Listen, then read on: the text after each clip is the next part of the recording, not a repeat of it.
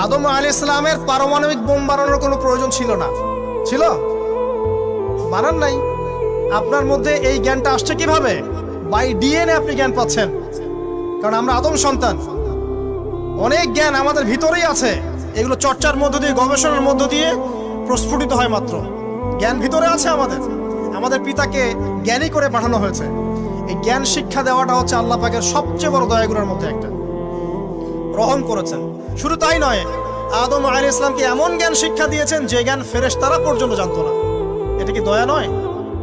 এটা কি আদম সন্তানের প্রতি ভালোবাসা নয়? তারপরে সেজদা করিয়েছেন। মহাবিশ্বে অন্য কাউকে কি সেজদা করানো হয়েছে? কোরআনে কি এমন কোনো দলিল আছে যে আদম আলাইহিস সালাম ছাড়া অন্য কাউকে সব ফেরেশতারা সেজদা করেছেন? আছে?